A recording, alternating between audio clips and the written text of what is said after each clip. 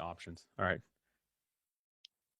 Welcome to Doing Good While Profiting. We're sharing positive, encouraging short messages for businesses that are creatively giving back and profiting for good. I'm your host, Alex Sanfilippo. I'm joined today by Jonathan Horton. Some of you may know his name, but I'm going to let him go to introduce himself. Jonathan, welcome to the show. Yeah, thanks, Alex. I appreciate you having me on. Yeah, for those of you that don't know me, I'm a retired Olympic gymnast. I was a member of the 2008 2012 Olympic teams, and I've also been on a small-time, somewhat popular TV show called American Ninja Warrior for 6 different seasons. So I had a long 28-year career as a professional athlete, and then now I get to play around and be a monkey on worldwide TV on NBC's Ninja Warrior. So it's a lot of fun, man. Yeah, you say all that kind of humbly. I mean, you've got medals. I mean, when it comes to the Olympics, and I believe you led the team for one of the seasons. Is that right? Yeah, so I was the captain of the 2012 team that went to Cool. London, and then in 2008 at my first Olympics is when we actually had the most success. I won 2 medals, bronze and silver. Bronze with the team, silver on the high bar, and then in 2012, although I was the captain of the team, we just came up short of the medals that we wanted, but it was still a great experience. Yeah, it's really cool, man. I remember like watching you on TV, and now here I'm talking to you. It's really cool. So I think everyone with doing good while profiting is going to be really excited to be able to see you. And also, American Ninja Warrior is super cool. We were talking about it offline, but the first time I saw you in American Ninja Warrior, you're going up that wall. I don't know what it's called exactly, but Yeah. man, you had me sweating. I'm like, dude, is this guy gonna be able to make it up? This wall is huge. And as you know, we talked about, you said it's a lot bigger in person, but you made it happen. You made it look easy. Yeah, yeah, the warp wall. So Okay, yeah, that's what's called. Yeah, interesting fact, I'm actually the shortest person in history to make it up the 14 and a half foot warp wall. I'm only 5'1". I'm a little guy. nice, And man. there's one other competitor, a female named Barclay Stockett, Hmm. who's also 5'1". So we both hold the record for being the shortest people up the warp wall. But I'll tell you what, like we were talking about offline, that thing is so much taller in person than it looks on TV. Every time I stare at it, even though I've done it a bunch at this point, I'm like, there's no way. Like, there's no way I can get up that wall. But you just have to run at it as hard as you can and just like trust that your legs are gonna like keep moving until the last second and then you jump and then you Right. grab the top. So it's exciting every time you make it though. That's cool, man. That's actually a perfect segue into, we talk about doing good while profiting. So I want to talk about the profiting side of things first. You have 2 books Yeah. that really you kind of, I believe you published after being an Olympian.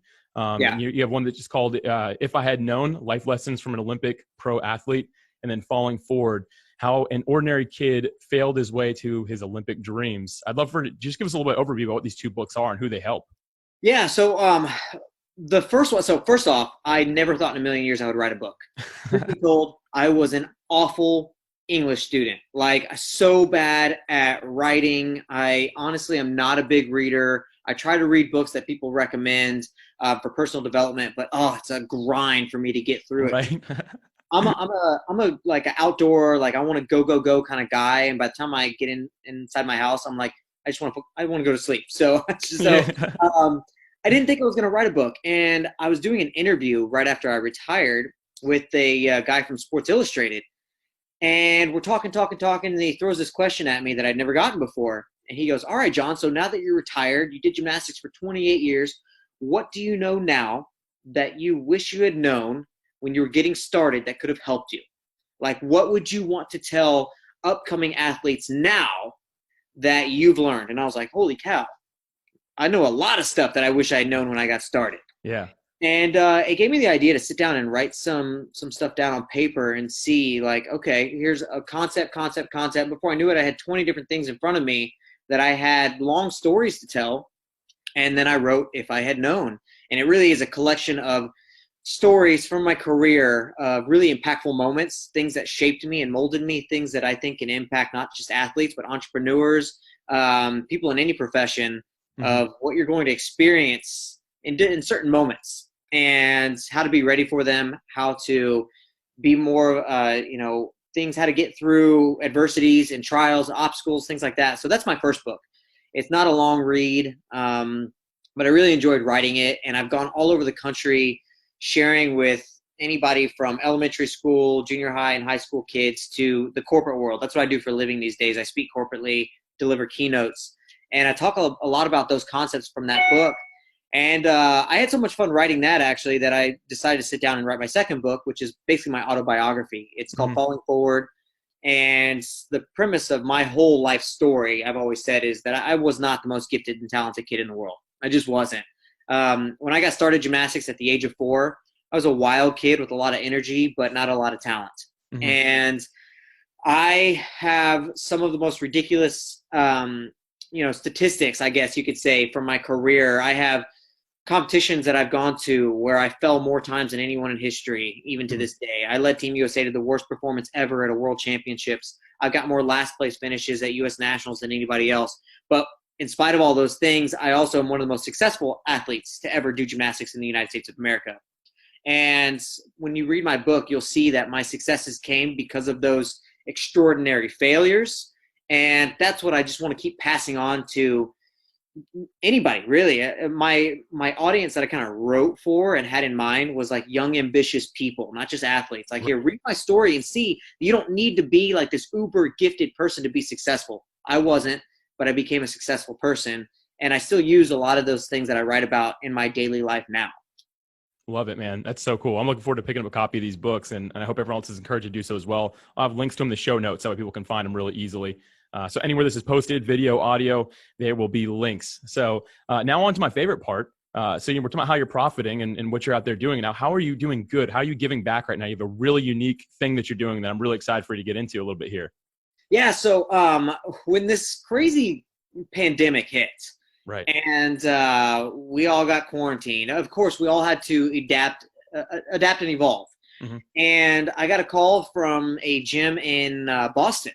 This gym in Boston, they go, hey, our kids are super bummed. They just found out they're not going to be able to do gymnastics for the next month or two. Would you jump on a Zoom call with us and run a workout? And I was like, ooh, that's going to be hard to do. Like, these kids are at their homes. I'm going to have to get creative and help them do like at-home gymnastics. And then I kind of did that. It worked a little bit. It was really tough. But then when we were done, I realized, sorry if you can hear my daughter in the background. We knew it was going to happen. It was just a matter of time. All at home. We got our kids with us. Anyways, so I realized what I could do even better than running workouts was being able to like talk to kids and share some of my stories and experiences with them. And next thing I know, I get a call from another gym, and then another gym and another gym. They're like, hey, we hear you're talking to kids. You're inspiring kids. That's so cool. And they're all super bummed out right now. Can you do that for us? And so I'm doing Zoom calls with gymnastics facilities almost daily right now, and talking to anywhere from, I've done them with 2 or 3 kids to like 200 kids at once. Wow. And it's been really, really cool. That's awesome, man. I think that's so cool the way that you've decided to give back that way. I know your daughter's ready for some food, so you're going to have to make something happen here in a minute. It's funny. I do Zoom calls, I do podcasts, I do all these things, and they all get interrupted. And I'm like, I'm so sorry. And everyone's like, no, we're at home. We're stuck with our kids. We're supposed to go now. So this is reality. This is what's going on. And there she is. We just have to deal with it, right? You deal with it, figure out a way. No, it's awesome, man. I think it's so cool that you're doing this, but you're being willing to jump on with these kids that have ambitions. Maybe they want to be an Olympian one day, which I believe most of them, as they hit a certain age, that's the dream. And actually getting to talk to someone who's been there, done that, as humbly as you can say that, it's so cool that you're willing to give back in that way. So, and that's the reason I wanted to have you on here today, was just talk about that. And I think that what other people can take from this is, although maybe we're not all Olympic athletes, or maybe we don't have that much to offer necessarily, there's something unique that we can bring to the table. I mean, you probably never thought that you'd be the guy doing Zoom trainings for gymnasts, right? I mean, that's never been a thing before. Yeah. It's really cool that you've been able to do it. Yeah, no, it's like I said, you find a way, you find a way to continue to live your life regardless of what's going on. It's one of the things I talk about when you get sorry, when you get injured as an athlete. One of the things that you do as an athlete is you go, okay, well, I'm hurt right now. I can't use my arms or my legs because maybe I got hurt. I need to find – I'm so sorry. She's going crazy.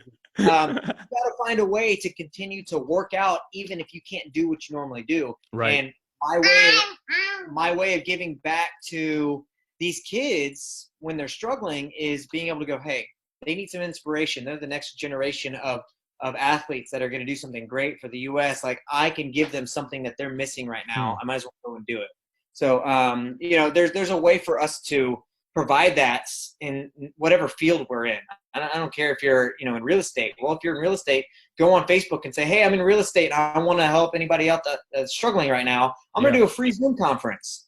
I'm going to help you. It's going to be 30 minutes long. Join me. I'm going to give you the best advice that I possibly can and see what we can do. There's a way for us to stay connected and spread really helpful information to whoever wants to soak it in.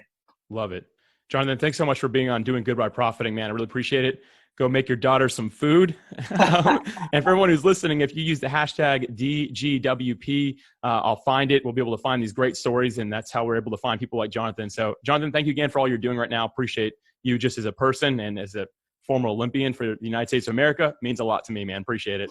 Absolutely, man. Appreciate you having me on, and hopefully this isn't hopefully this is the only one of these shows that you do with a little 4-year-old yelling, "I'm hungry" in the background. Probably won't be, but I love it, man. All right. Thanks. Take care. Yeah. Have a good one.